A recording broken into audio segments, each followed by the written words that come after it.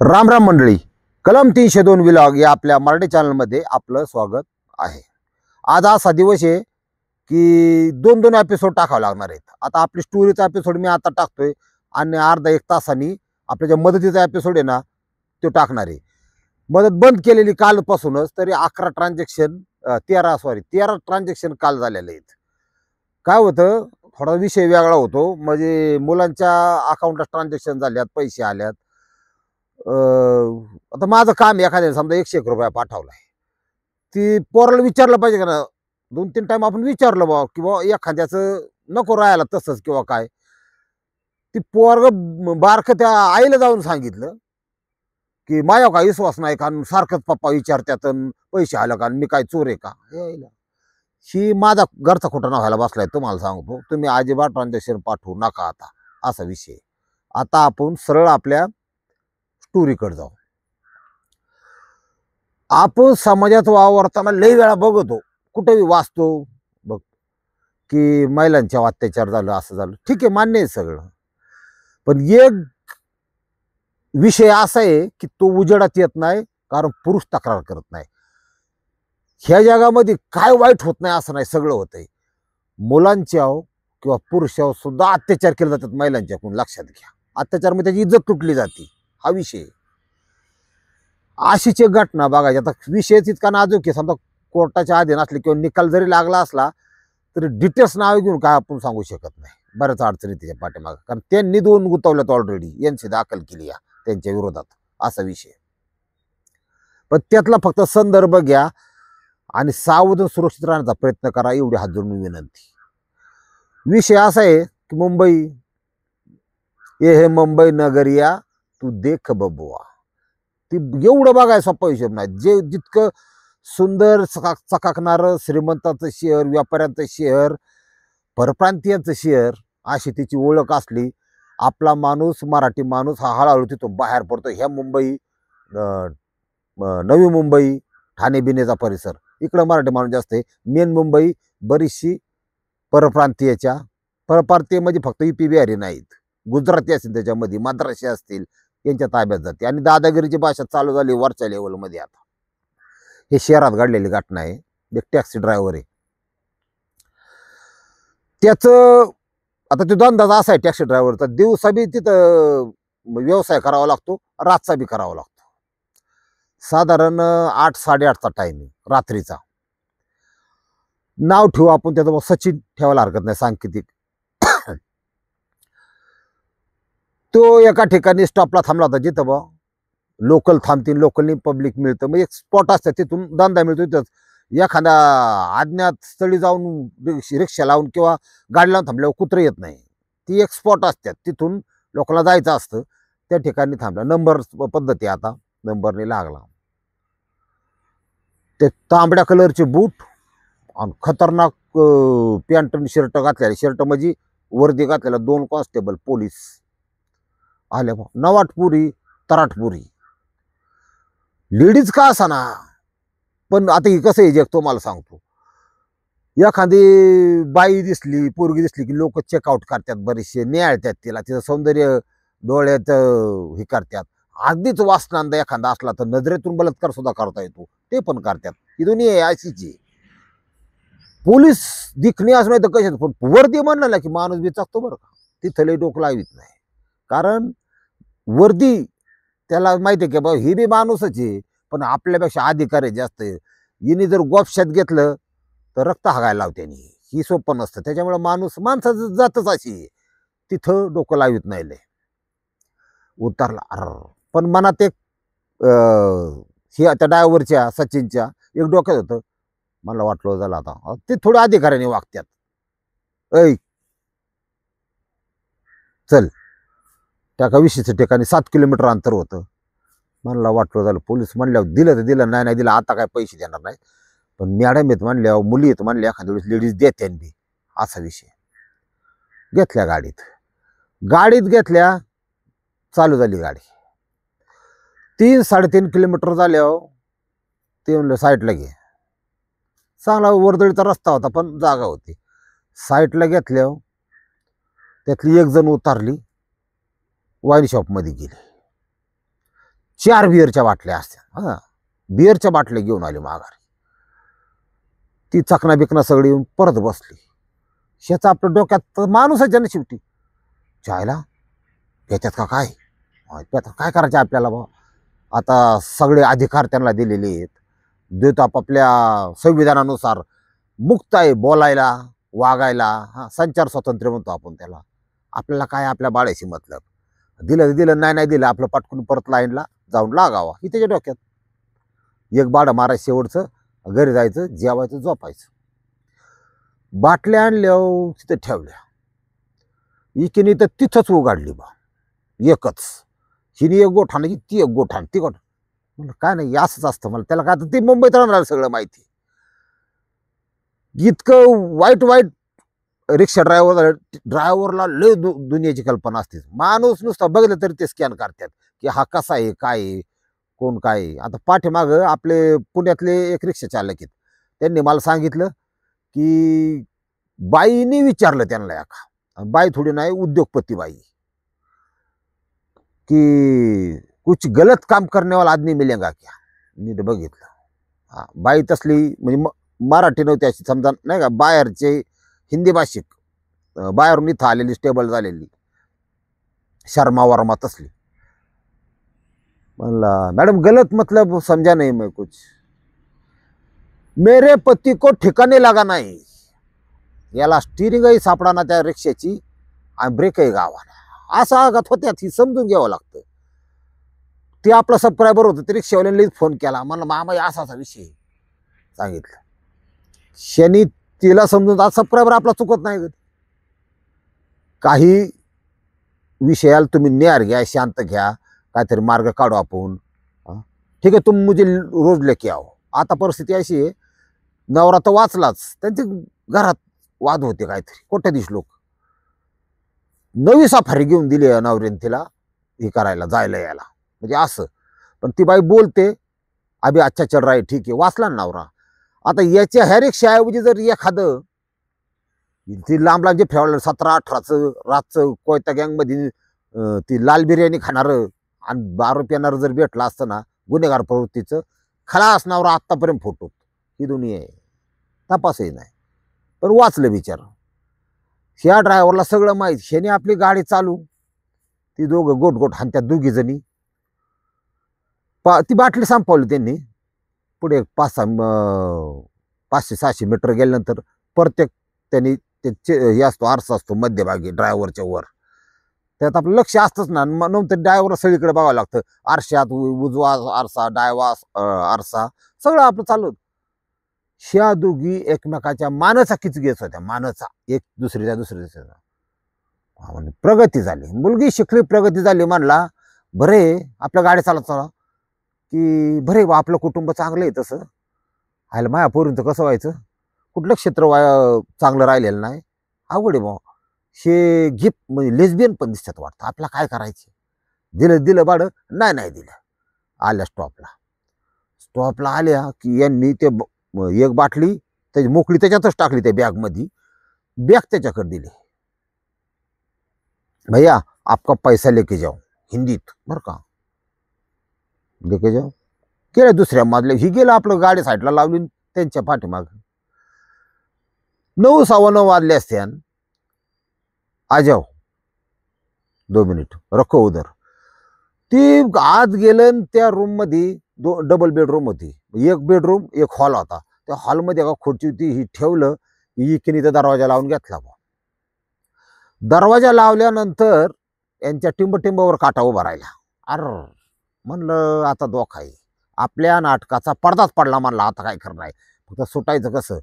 आईला म्हणलं ही एक तर थोडी प्यालेली आहेत, आपण गडी आहे, पटकुनी आपलं दरवाजा उघडायचा, थोडी दखलायची बारीक आहे ना, पण पळायचं बघायचं. पैसे बिशाचा भाड्याचा काही हिशोबच नव्हता. ती त्यांनी वर्दी बसली की सोडून दिला होता समजा. एकीने तर वर पटापटा ते वरचा शर्ट काढला, अख्खी बोंगळी बाई अर्धी वरून बर का.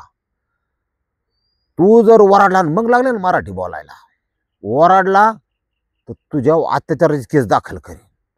आता सर्वसामान्यांनी नळाव बांधणाऱ्या बाईनी, झोपडपट्टीतल्या बाईनी किंवा शेजारणीने फ्लॅटमध्ये राहणं शेजारने हा जर म्हणलं बांधणं होत्याच ना शेजारी, तर माणूस बघ म्हणतो ना कर कर तुला काय करायचं मी बी बघतो आमकं तमकं. डायरेक्ट वर्दी जर असे म्हणत असेल तर काय करायचं, पुरं गारबाडलं. म्हणला संपलं गड्या आता. म्हणला मुझे जाने दो, मला जाऊन द्या म्हणला, बाकी डोकं लावू नका. तसं केल्यावर बस म्हणलं दमात आता ते दम देणे पोलिसांचं जवळचं नातं आहे. हा, सदरक्षण आहे खलनिग्रहण आहे ब्रीदवाक्य. हा, अजूनही काही पोलीस कॉप म्हणजे पुरुष असू लेडीज असू लय प्रामाणिकपणे चांगलं काम करतात, लक्षात घ्या. त्या नाशिक पोलिसांचं तुम्ही पाहिलं असन, खुनातले गुन्हेगार होते 6-7, ती कवळी कवळी फुटलेली पोरं, हा ती बारकाल्या मांडायची, पण खून बिन लय खतरनाक करतात कोयते बिते घेऊन. हा मी झाट मन मी झाट, ते वेगळं असतं चालेल त्यांची. अशी नाडग्या फुटूस तर मारीत मारीत नेली ना, मोठमोठ्याने आरडायची, आया करायची, बॉम्बलायची. सगळं पब्लिक बघत होत. ह्याला म्हणतात पोलीस, गरज आहे त्यांची. पण काय आता कसं आहे, गावाचा अख्खं पोतं घेतल्यावर काही खड राहतातच ना, तसा प्रकार. काही चांगले काही नीच. ह्या 2 बायांनी ओळखून घेतलं का आता काय होणार आहे. बियर फोडली, याला एक बियर दिली, त्यांनी लावायला सुरुवात केली. हम भी नंगा तुम भी नंगा, नंगा सारा जमाना, ह्या म्हणीप्रमाणे ह्याला उघडा केला, याच्या बोकांडी एक बसली, दुसरी किसिंग करायला. लय लो दुनिया व्याकार आहे बरं का. हिचं 5 मिनिटं उरकलं की दुसरी 5 मिनिटं, यांनी तर नंबर लावलं. शो काय सार्वजनिक नळ आहे का काय, हापसा आहे का काय, कुणी या. ही वैतागलं फार. शेनी बियर मारली, सगळं मारलं. ती एका बियर मध्ये तिने ह्याच्या देखत गोळी पेट टाकली होती, काय कामोत्तेजक. जेवढं डिरिंग ह्या करू शकतात किंवा धाडस, याचा अर्थ तिथं कॉपशात घेतलेला हा पहिला मुलगा नसला पाहिजे. बरं मुलगा नव्हता, ते 26 वर्ष होतं, लग्न झालेलं होतं, एक मुलगी आहे त्याला 1-1.5 वर्षाची. आणि माणसाचं कसं आहे, वळवळ माणूस आधी किती बी करीन, पण लग्न झाल्यानंतर जबाबदारी वाढलं की माणूस लय रिवश होतो. तुम्हाला सांगतो, ती जुनं जी खेळ असतात इड चाळ सोडून देतो सगळं माणूस.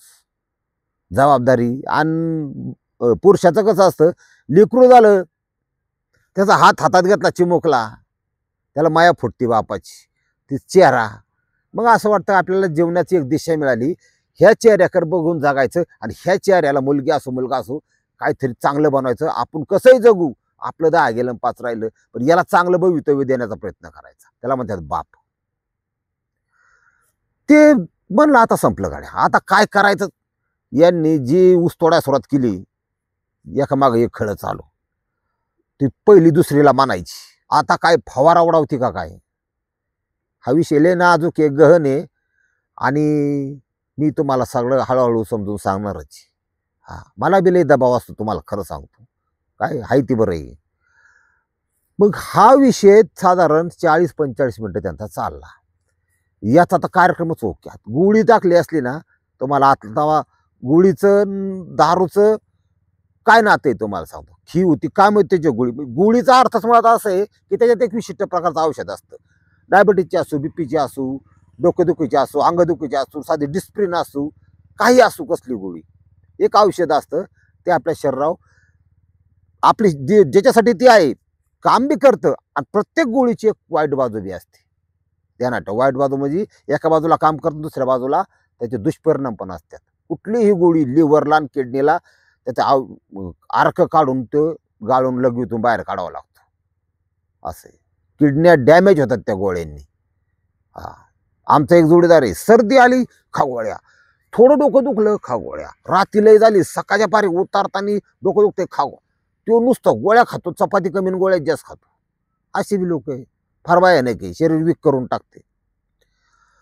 ह्या घटनेमध्ये त्या गोळीचा, मला गोळीबद्दल सांगायचं होतं, दारूचं गोळीचं काय नातं आहे, कसं आहे, कुठल्या पण तुम्ही म्हणता तुम्ही विषय सोडून लय लांबत, आणि तुम्ही अजिबात हेच करू नका बा, देतो बा विषय सोडून, आपलं शॉर्टमध्ये राखतो.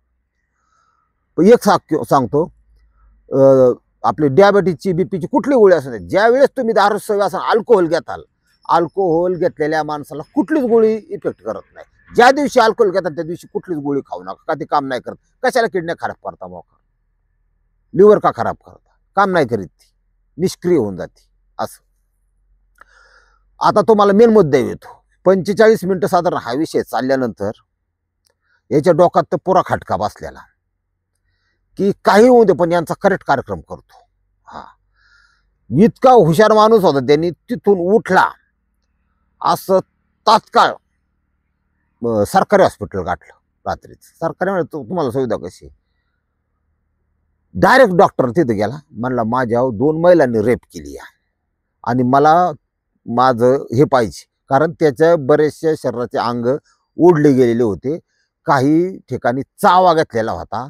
हा, आणि म्हणला माणसाचे लाळ लय बेकार आहे. माणसाचं मन इतकं नाले की मला लाळ किती खराब असेल. ध्यानात ठेवा, माणसाला माणूस जर चावला तर पटकून जाऊन इंजेक्शन घ्यायचं. लाळीतून गँग्रीन होतं, सोडतो बागतो, अक्षरशः बऱ्याच ठिकाणी मृत्यू होऊ शकतो. हे ध्यानात ठेवायचं. असं किरकोळ मध्ये घ्यायचं, साधं कुत्रं चावलं ना तर इंजेक्शन घ्यायचं. हा, ते इलाज नाही. लाळ लय बेकार, एखादा दात लागणं लय बेकार. चावा घेतला होता, घेतला, सगळ्या खुणा दाखवल्या. डॉक्टरांनी इतकं परफेक्ट हे केलं आणि मग तिथलं पोलीस स्टेशन गाठलं ना. हे मानलाच नाही वर्दीवाली येत म्हणून. हा, 2 महिलांनी हा असंच ठेवलं. तसं म्हणलं ते जर मला वर्दी आली तर कदाचित प्रॉब्लेम आला असता. हा, कारण कुत्र्याचं तोंड चाटलं आणि त्याच्यात कोण बाटलं. आपापल्या समुदायाला, आपापल्या जातीला, आपापल्या वेशाला, वेश म्हणजे वर्दी, सामावून घेण्याचा प्रयत्न असतो बऱ्याच वेळा. जाऊन द्या ना, असं ना तसं ना. नाही, हे पोलीस हे म्हणलाच नाही, यांनी डायरेक्ट डोकं लावलं. मला असं झालंय. वेगळ्या प्रकारची केस आहे, NC घेणं बाग आहे, FIR घेणं बाग आहे. मस्तपैकी पोलिसांनी हे केलं, त्याला कॉफी दिली त्याची. लगेच दुसऱ्या दिवशी वकील, ते पेपर पण जोडले, कुठले ते चावा घेतले ते सगळे. दुसऱ्या दिवशी वकिलाला गाठलं, या केस दाखल केली. पोलीस स्टेशनला सांगितलं त्या व्यक्तीला पकडा. दुसऱ्या दिवशी पोलीस गेले, बघतात ह्या दोघी बी वर्दीवाल्या. पोलिसांचं काय चाललंय, कारण ज्या वेळेस एखादा विषय कोर्टात ऍडमिट होतो ना, कोणाचं काय चालत नाही. मंत्री संत्री डोकं लावित नाही, लय ध्यानात ठेवा. ते न्यायप्रविष्ट आहे असं म्हणतात, लय पावर आहे कोर्टाला. हा, ह्याच्या डोक्यात काय होतं की बऱ्याच लोक सोडून देतात हा विषय. आज सुद्धा आणत्या काही 14, 15, 16, 17 वर्षाच्या मुलांना, आणि ती काय बावळटच आहेत. हा, त्यांना आकली असं वाटतं तुम्हाला यांना आकली आहेत. ती मोकार जलांबलेली, मोकार वाढलेली आणि लवकरच मारणारी अशी एक जमात असते. ते कोयता बिता ह्याच्यातलाच प्रकार सगळा. स्वतःच्या जीवनाचं, आईबापाच्या कष्टाचं जाणीव नसलेली माणसं म्हणजे ही जमात आहे. मग ही जमात जगली काय आणि मिली काय फरक पडत नाही.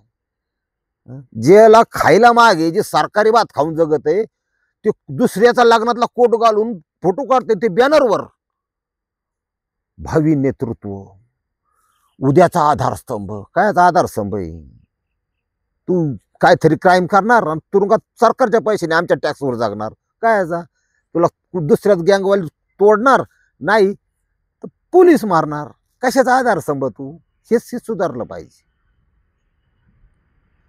चहा, वडापाव, नुसता चहा विकून कोट्याधीश झालेले लोक आहेत. चहा विका, अमृततुल्य विका, पितळाच्या पात्यात उकळलेला चहा विका. चहा मेंटेन करा, फ्रँचायझी कुणाची घेऊ नका. नाही तर आपण कमवायचं लोकांनी खायचं असा गमत. फ्रँचायझी हा प्रकार चुकीचा आहे. आमकाचे आणि तामकाचे आणि आमका वडापाव अजिबात नाही. स्वतःचा ब्रँड तयार करा मार्केटमध्ये. हे असले बेकार पोरांच्यात हिंडण्यापेक्षा.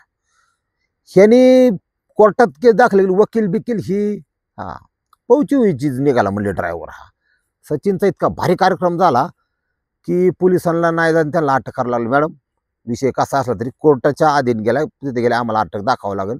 अटक झाली. 15 दिवसात दुसऱ्या हेरिंगलाच वर्दी उतारली. आता ह्या फक्त महिला राहिल्यात, वर्दीचा काही संबंध नाही. इतकी पवित्र वस्तू. हा, ओंबळे माहितीये का तुम्हाला? कॉन्स्टेबल AK-47च्या गोळ्या झेलून पण वाचवलं ना, आपला जीव गेला त्या माणसाचा. गेला ना कॉन्स्टेबल ओंबळे. असे ह्याला म्हणायचं वर्दी. कळत नाही लोकांना. झालं, वर्दी गेली. काय काय कष्ट करतात आज मुलं मुली, रात्रून दिवस. आता थंडी आहे ना, लय पळतात बघा प्रत्येक गावगावी. सातारा जिल्ह्यात तर जास्त बघा, सातारा सांगलीमध्ये दुष्काळग्रस्त पट्टा आहे भरती होण्यासाठी. रस्त्याकडे तुम्ही चालला असताना कधी बघा, मुलं मुली पार धाप लागलेल्या पण गाठून गेले असतात, पण ते रनिंग करत असतात. का? आपलं हे वाट स्पीडने पळता आलं पाहिजे, आपण ग्राउंडमध्ये पास झालो पाहिजे. नोकरीसाठी काय करतोय माणूस आज? बेरोजगारी किती वाढली काय, आणि ह्यांना आयतं मिळालेलं खाता येणार, ह्यांना जगण्याचा अधिकार नाही. गेल्या नोकऱ्या. त्या केसचा निकाल आता 1 तारखेला लागला. 2 तारखेला गांधी जयंती होती. दोघींना 16 वर्षाची जन्मठेप झाली अत्याचार केल्याच्या बाबतीत. इतकं भयंकर जग. काय गरज होती का? त्याच्यामुळं जपून राहावे आणि बंजुनी खावे. बंजून म्हणजे काय? मांडी आड करून खा. सण सुद्धा आलेला आहे. बरेच जण आता नियोजन असतं, काहींचं नियोजन असतं किंवा गावाकडे जातो मस्तपैकी, कोंबडाशी जातो, खांब्या घेऊन जातो, दुनिया करतो. ज्या पद्धतीने जागा, त्याबद्दल काय वाद नाही. हे असंच जग आहे. अति करू नका फक्त कुठली गोष्ट. डबच्या डबं फराळाचं करतान, पण एक गोष्ट ध्यानात ठेवा, अजूनही जो दुष्काळी पट्टा असेल, तुमचं आदिवासी पट्टा असेल, असा बाग आहे की साधी चपाती नाही मिळू शकत. चपातीनं सुद्धा नाही. गोड लय लांब गोष्टी. शिरा करतात कधी कधी देवाला हे करा, आणि आवडीने ती शिरा खात्यात, असा पण विषय. दिवाळी बऱ्याचशा सगळ्यांच्या आयुष्यात नसती, ही वस्तुस्थिती. पटलं तर घ्या, नाही तर सोडून द्या. रामकृष्ण हरी माऊली.